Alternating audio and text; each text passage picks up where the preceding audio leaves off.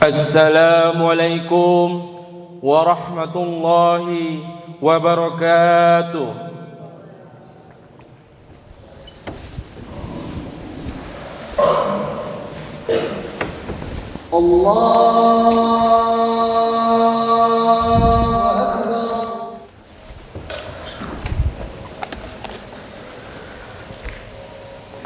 Alhamdulillahi rabbil alamin. وبه نستعين على أمور الدنيا والدين أشهد أن لا إله إلا الله وأشهد أن محمدا عبده ورسوله صادق الوعد الأمين والصلاة والسلام على أشرف الأنبياء والمرسلين سيدنا ومولانا محمد وعلى آله وصحبه أجمعين أما بعد اللهم صل على سيدنا محمد وعلى آله وصحبه ومن تبعهم بإحسان إلى يوم الدين فيا أيها المسلمون أوصيكم ونفسي بتقوى الله فقد فاز متقون أعوذ بالله من الشيطان الرجيم بسم الله الرحمن الرحيم والكاظمين الغيظ والعافين عن الناس wallahu yuhibbul muhsinin. Ma'asyiral muslimin rahimakumullah, segala puji dan syukur yang tak terhingga kita persembahkan kehadirat Allah Azza wa Jalla atas limpahan rahmat yang tak terbatas sebagai tanda kasih sayangnya yang tak terkira kepada hamba-hambanya. Salawat dan salam semoga tercurah kepada junjungan besar kita Baginda Rasulullah sallallahu alaihi wasallam, sebaik-baiknya manusia, pemilik akhlak yang paling indah, dan juga kepada keluarganya dan sahabatnya hingga akhir masa. Amin ya mujibas sa'ilin. Ma'asyiral muslimin rahimakumullah, setiap orang pasti pernah marah, hanya saja masing-masing berbeda cara dalam mengatasinya. Ada yang mampu mengelola emosinya dengan baik sehingga tidak menimbulkan dampak negatif.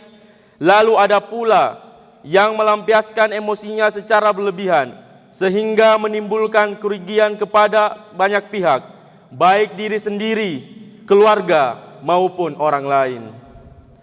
Hal yang penting dipahami adalah bahwa tidak semua amarah adalah hal yang buruk.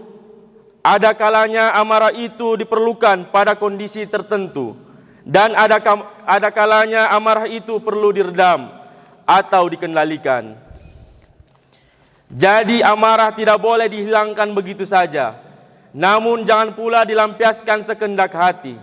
Sebab marah itu sesungguhnya salah satu potensi yang dianugerahkan Allah Subhanahu wa Ta'ala kepada manusia guna mengatasi problem kehidupan tertentu yang dihadapinya. Pada sisi inilah manusia diharapkan agar dapat memanfaatkan potensi itu sesuai pada tempatnya. Ajaran Islam memberikan tuntunan bahwa amarah suatu saat diperlukan. Misalnya ketika agama Islam dilecehkan, ajarannya dihina, penganutnya dibantai atau ditindas. Begitu juga seorang suami pantas marah jika istrinya berselingkuh atau menegurnya jika lalai menjalankan kewajiban sebagai seorang istri. Demikian pula orang tua yang mengetahui anaknya berbuat maksiat, ia diperbolehkan memarahi anaknya tersebut. Karena jika ia bersifat permisif atau masa bodoh terhadap perbuatan asusila, maka ia termasuk golongan orang dayyus, yaitu orang yang membiarkan anggota keluarganya melakukan kemungkaran. Merekalah golongan yang dilaknat Allah. Nauzubillahi min dzalik. Dalam sebuah hadis yang diriwayatkan oleh Al-Bukhari dan Muslim, Siti Aisyah radhiyallahu anha menjelaskan bahwa Rasulullah sallallahu alaihi wasallam tidak pernah marah kepada siapapun kecuali jika peraturan-peraturan agama dilanggar oleh seseorang.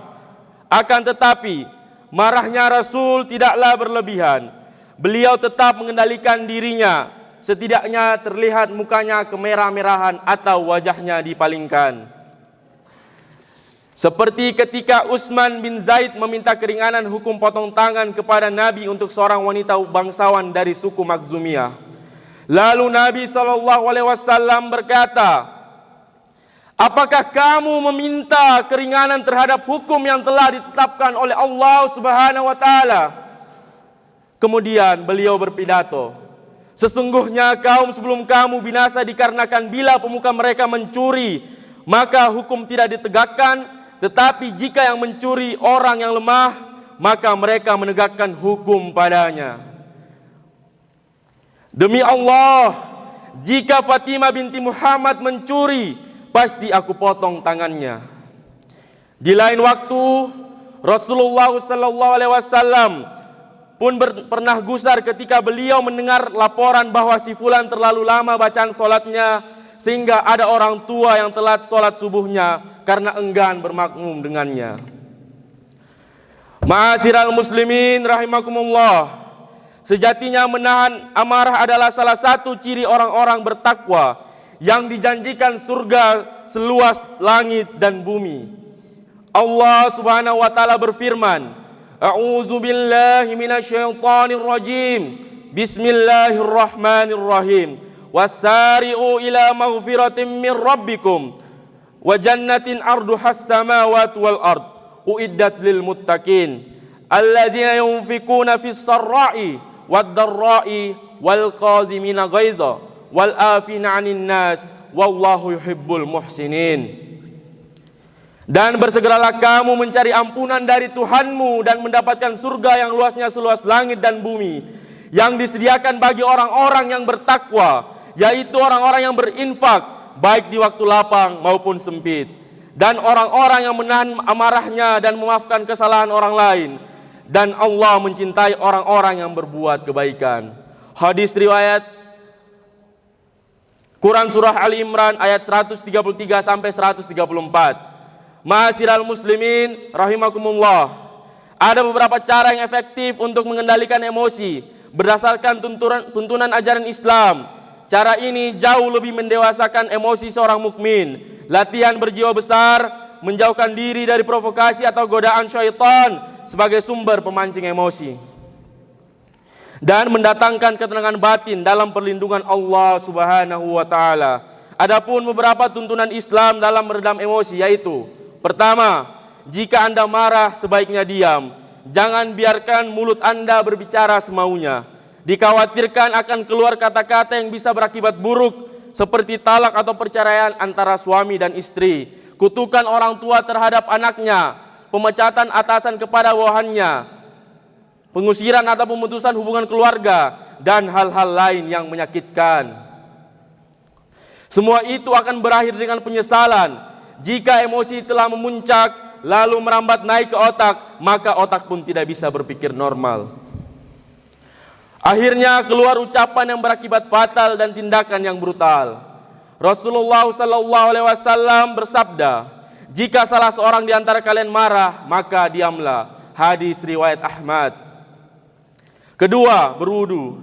Air wudu yang menyejukkan akan banyak membantu menurunkan tensi emosional seseorang. Emosi menurut Al-Ghazali bagaikan api yang tersembunyi di dalam hati, seperti bara di dalam abu. Bahkan beliau memprediksi bahwa emosi berasal dari api yang dahulu digunakan Allah untuk menciptakan syaitan. Karena itulah Rasulullah SAW memberi analisa logis meredam emosi dengan berwudu. Dalam hadis diterangkan sebagai berikut: marah itu dari api, maka jika salah seorang di antara kalian marah, maka berwudulah.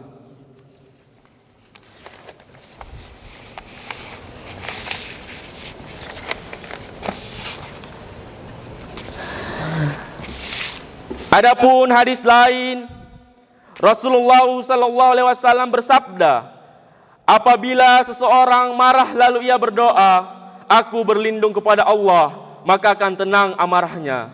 Hadis riwayat Ibnu Majah dari Abu Hurairah. Keempat, melakukan apa saja yang dapat mengurangi kadar emosi. Nabi SAW memberi petunjuk, apabila kita marah dalam keadaan berdiri, maka duduklah. Dan apabila belum juga reda marahnya, maka berbaringlah. Hadis riwayat Ahmad, Abu Daud dan Ibnu Hibban. Tuntunan tersebut pada intinya menawarkan solusi alternatif dalam meminimalisir emosi. Adapun mengenai aspek teknisnya, tidak hanya terbatas pada cara-cara tersebut. Cara-cara lain pun bisa dikembangkan, misalnya melalui media curhat atau mencurahkan isi hati kepada orang lain lewat konsultasi atau melalui media jejaring sosial seperti Instagram, Facebook, Twitter, dan lain sebagainya.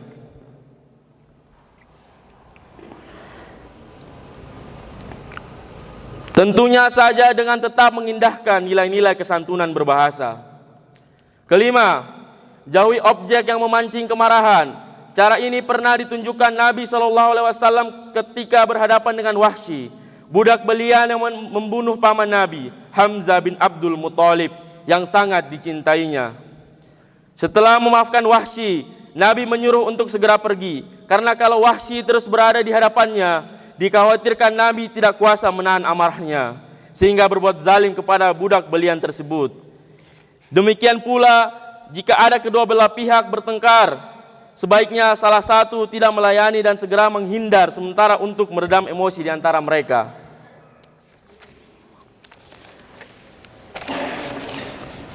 Keenam, menyadari bahwa segala yang mengecewakan itu telah tertulis dan ada ajal batasnya. Karenanya, seorang perlu belajar menerima kenyataan apa adanya.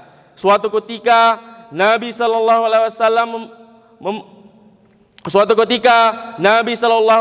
melihat seorang ibu yang sedang memarahi anaknya karena telah memecahkan wadah dari keramik. Kemudian Nabi menasihati si ibu, "Janganlah kamu memarahi anakmu karena memecahkan wadah. Sesungguhnya wadah itu memiliki ajal sebagaimana makhluk yang bernyawa. Wadah yang telah pecah tidak mungkin bisa rapat kembali dengan amarah." Mari kita renungkan, marah tetap pecah, tidak marah juga tetap pecah. Jadi lebih baik tidak usah marah agar tidak merugi lahir batin. Secara psikologis, orang yang marah kondisi jiwanya tidak menentu, bahkan panca inderanya tidak berfungsi secara normal. Profesor Dr. Zakiyah Drajat pernah menggambarkan bahwa orang yang mencari kacamata sambil marah-marah dipastikan akan sulit menemukannya, karena penglihatannya saat itu tidak berfungsi secara normal, meskipun kacamata itu jelas-jelas sudah ada di hadapannya. Mengendalikan emosi termasuk jenis kesabaran yang akan membuahkan pahala yang besar di sisi Allah. Umar bin Khattab radhiyallahu anhu berkata, "Jika engkau bersabar, maka keputusan mendapatkan pahala, sedangkan jika engkau berkeluh kesah, ketentuan Allah itu tetap terjadi dan engkau berdosa karenanya." Maka dengan menyadari sia-sianya marah dan untungnya bersabar, di samping bersedia menerima kenyataan serta menikmati segala ketentuan Tuhan baik dan buruknya, insya Allah seseorang akan bisa mengelola emosinya setahap demi setahap, sehingga kelak akan dimudahkan dan dapat dikendalikan. Wallahu a'lam bissawab. Barakallahu li wa lakum fil Qur'anil azim wa nafa'ni wa iyyakum bima fihi minal ayati wa dzikril hakim. Aqulu qauli hadza wa astaghfirullahu li wa lakum wa lisairil muslimin wal muslimat wal mu'minin wal mu'minat fastaghfiruhu innahu huwal ghafurur rahim.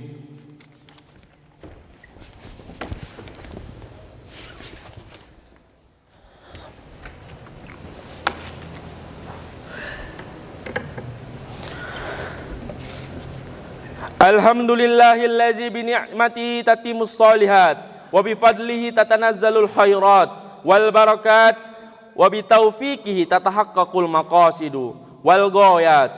Asyhadu an la ilaha illallah wahdahu la syarikalah wa asyhadu anna Muhammadan abduhu wa rasuluh la nabiyya ba'dah. Allahumma salli ala sayyidina Muhammad wa ala alihi wa sahbihi wa man tabi'ahum bi ihsanin ila yaumiddin. Amma ba'du, faya ayyuhal muslimun, usikum wa nafsim bitaqwallahi azza wa jalla. Haitsu qala tabaraka wa ta'ala, a'udzu billahi minasyaitonir rajim, bismillahirrahmanirrahim. يا أيها الذين آمنوا اتقوا الله حق تقاته ولا تموتن إلا وأنتم مسلمون إن الله وملائكته يصلون على النبي يا أيها الذين آمنوا صلوا عليه وسلموا تسليما اللهم صل على محمد وعلى آل محمد كما صليت على إبراهيم وعلى آل إبراهيم وبارك على محمد وعلى آل محمد كما باركت على إبراهيم وعلى آل إبراهيم إنك حميد مجيد اللهم اغفر للمسلمين والمسلمات والمؤمنين والمؤمنات الأحياء منهم والأموات إنك سميع قريب مجيب دعوات اللهم انصر المجاهدين في فلسطين اللهم انصره على يهود ومن آوانه من الكفار والمنافقين اللهم سدد سحمهم ووحد صفوفهم واجمع كلماته على الحق يا حي يا قيوم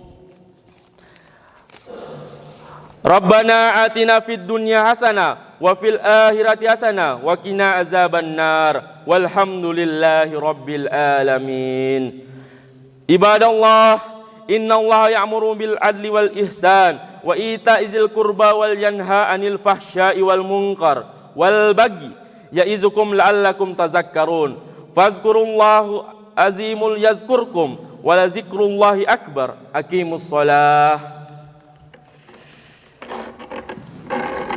الله أكبر